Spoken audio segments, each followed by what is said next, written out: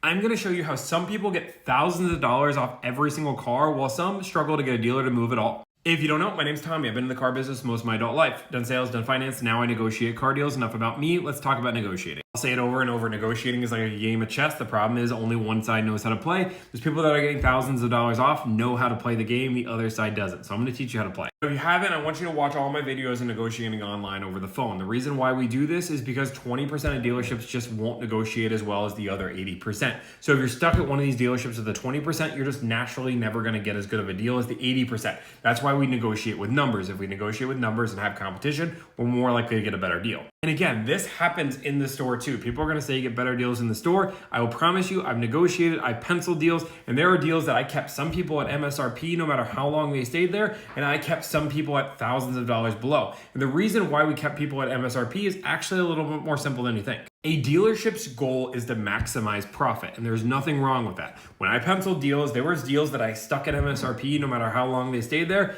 and then there was deals that I went thousands of dollars below. So why would I go keep a customer at MSRP? Well, frankly, there's two reasons. One, I'm not worried about that customer shopping a price. The average per customer goes to 1.2 dealerships. And if they're not giving me any signs, or my salesperson any signs that they're going to be shopping around my price and they truly just want to think about it, I might take the risk and leave them at MSRP for the chance that, I'm going to keep that money tomorrow. If I feel confident they're buying from us, then I'll keep them at MSRP. Now, why would I give this other guy thousands though? Before I do that, I want to talk about the other reason why I might not give this person a discount. It's actually because they're being a Karen or rude. Now, when you're selling a new car, not only are you trying to make profit on the car, but there's a thing called CSI, Customer Service Index. If you get screwed even on one survey, that can ruin an entire dealership's scores, which can mean their inventory levels and their bonuses are completely destroyed. So we do not want to sell people that are going to give us bad surveys. Yes, there's a thing called dotting a survey, so you never get it. But realistically, some manufacturers don't even allow that.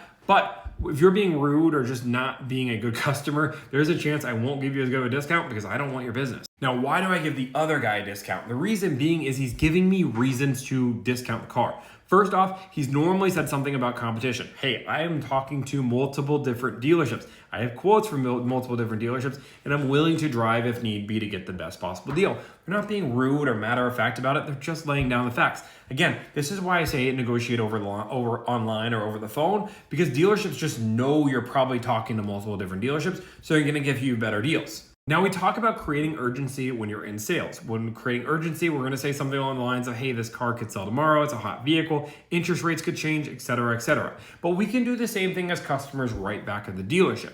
So when we're creating urgency, I always tell people to say, we are buying a car today or tomorrow. We're just finding the right place to do that. We've already made our minds up. We already know the car we want. We are just making a decision on where we're buying that car. Now, people say in internet leads, one of the comments I get quite often is, hey, dealerships won't even take internet leads or phone ups as seriously. And the reason being is you haven't created that urgency. If a salesperson sees this person is buying a car today or tomorrow, that is going to be the top priority. That is going to be the hottest lead, especially if you go to the dealership's website to do that. That is going to be how you get the creme of the crop, get the best answers, and also the best deals. And I know we hear this on videos a lot, but make sure you tell a dealership you're trading, and then also make sure you make them feel like you're going to finance. By no means do I want you to mislead a dealership. But again, just like a game of chess or just like a game of poker, we're keeping our cards close to our chest. If the rates are right, I would absolutely finance with you. Now, again, what the rates are right is going to be completely up to you. Maybe that's 0.9% and you know the dealership can't do that, but we don't need to reveal that card. Maybe we're pre-approved at 5% and we want the dealership to beat it. We don't need to play these cards right off the bat. We can hold them to our pocket, just like the dealership's gonna hold their own cards. This is negotiation, this is a game. If we play the game correctly, we're gonna get a better deal. And the same goes with a trade.